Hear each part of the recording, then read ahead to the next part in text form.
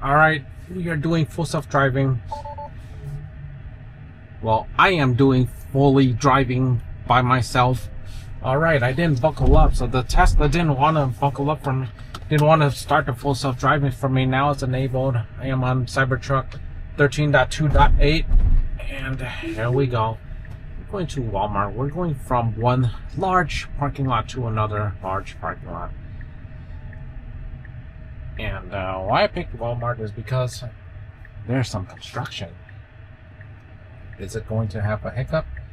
Oh my gosh, we need to move quicker than that, because that was like the world's slowest turn right there.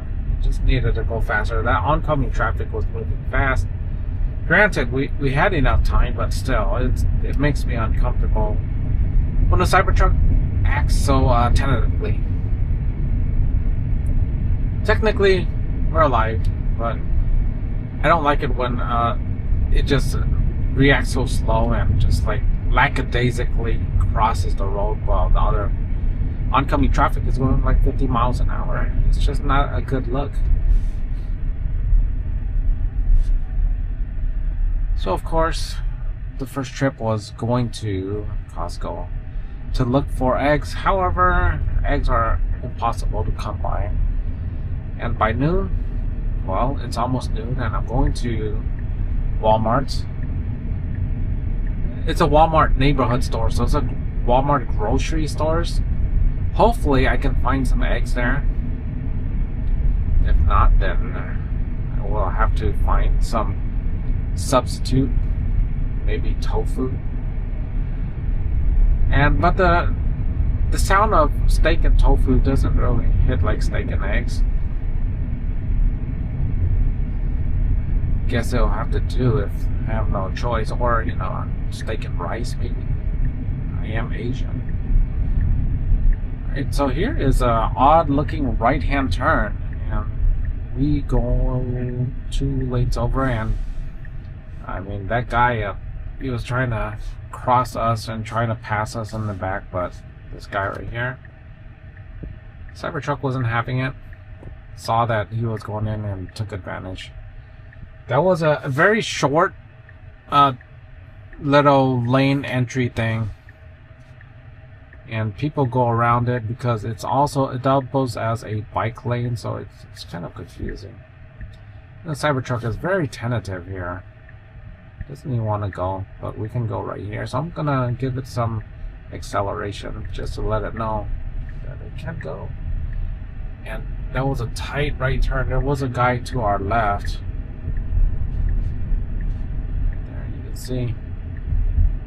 Now there's a person behind us tailing us, and Cybertruck is telling me to pay attention to the road, not to look at this display.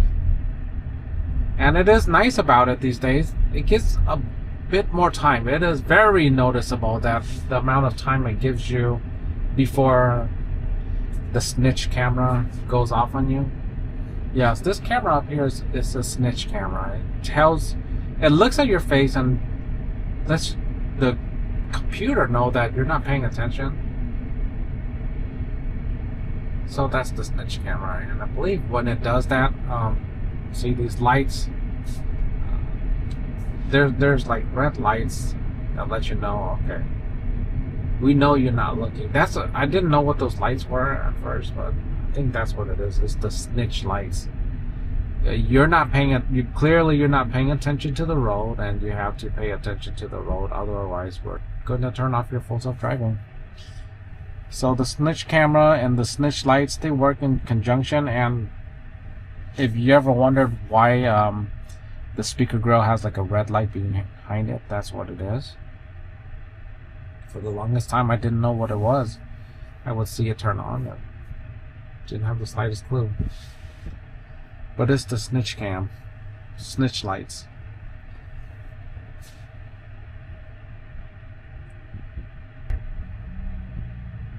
Alright, back on the road again, and we're gonna have a quick look at the Model Ys. Apparently they come in these 3 colors, which is Ultra Red, Stealth Gray, and Pearl White. Or maybe these are just newer colors. The Model Y doesn't look great in these photos. They do look better in the videos, and I really dig that has a rear reflective light for the red light.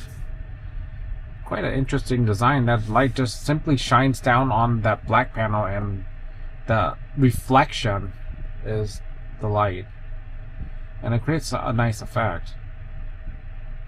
So the Model Y is really exciting for a lot of people. People that are not into the best trucks in the world. People that don't want to pay Model X money. So the Model Y does have a ton going for it. I mean, that rear folding seat is absolutely amazing. If you have a hatchback and you've ever tried to fold that hatchback seat, it can be a real hassle. You fold it and then you have to move up the front seat and then fold it. You have to go to the back of the car to fold it, and then you have to go to the middle of the car to make sure the seats are all good. And if that works out, then you can move back your front seat, and then you're ready to go. Well, now it's like all automatic. It's kind of amazing. That rear folding seat is, wow, that is a major feather in the cap, I think. I don't know why no one's thought of such a simple feature like that. But now it's a thing. It is a thing. And the acoustic windows, so that similar to the Cybertruck, is going to make everything quieter. You know, glass does block some, but you know, glass isn't really that thick. And if it's anything like the Cybertruck, it is quite a bit thicker. So it's harder for noise to get in and out. I could be talking like a fool right here, making a YouTube video, and nobody can know about it. And that's so great, because I can just sit around and talk about the full self-driving and Tesla news and whatnot, and just be comfortable in my own skin. Okay, so let's see.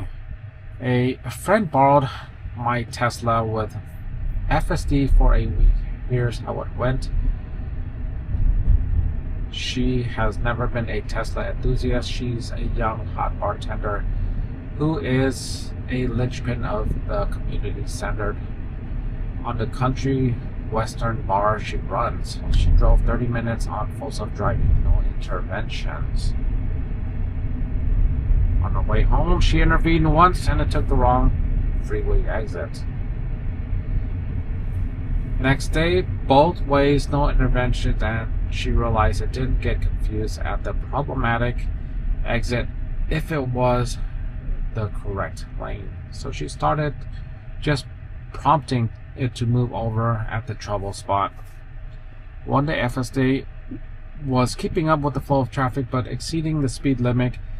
It didn't feel dangerous, so she let it continue. It slowed down in advance of a cop at the side of the road, and then accelerated again after passing the speed trap. What the hell?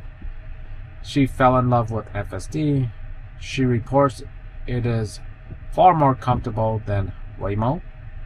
She began evangelizing to all her conservative EV skeptics, regulars. She is dispelling misconceptions about charging, battery fires, range, costs, etc. She tells people, this will definitely be my next car. She didn't mention Elon Musk or Trump or any politician or CEO. Oh yeah, and she loves Auto Park. Who doesn't love Auto Park?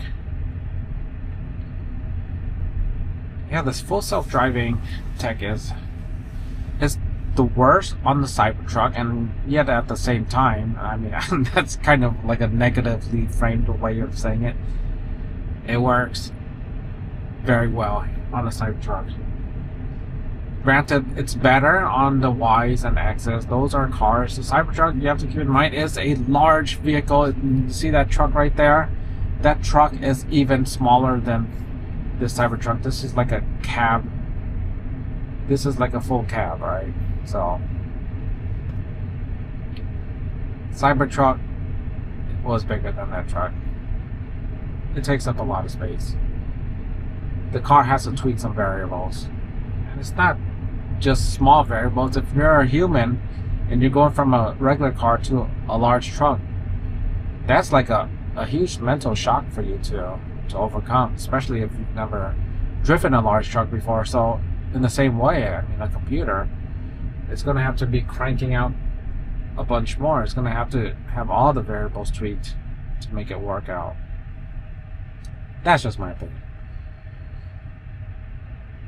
So we are moving on, and we are closing in, and once we close into this spot, there's going to be a road construction area. I just want to see how the Cybertruck gets in this area. How's it gonna park? I mean, it's not designed to pull in, but it's been known to pull in very well. Just want to know how it behaves around this construction area. We'll see soon enough. Right here, we're going to enter. This should be it right here.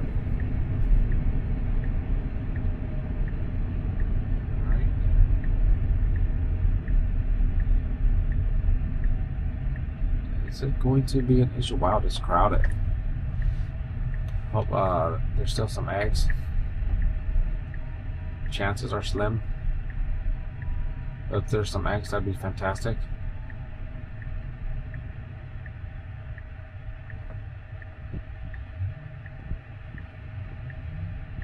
There we go. Oh, dead end. We can't even get past this. The Cybertruck, you know, we can read the signs. I lied, but it did. Alright, we're gonna have to go in. Where is it gonna go in? Can't go here. Can't go here. Oh, this is just ugly. Yo, this is ugly. Okay. That was like the ugliest thing I've ever seen. It just pulled up in front of the other Tesla, and I don't know what the heck. It's trying to. It has to reverse and then. Okay, so this thing is like confused. Oh, okay, I picked the wrong spot. Oh, this is ugly. Look at that. It's going straight back into this. Obviously, it can't. I was getting worried. I might have intervened because it looked like it might hit that car, but you know, let's see. Alright, now it can straighten out. Now it can straighten out, can it? I think it oversteered. It did. But it might. Okay, it did.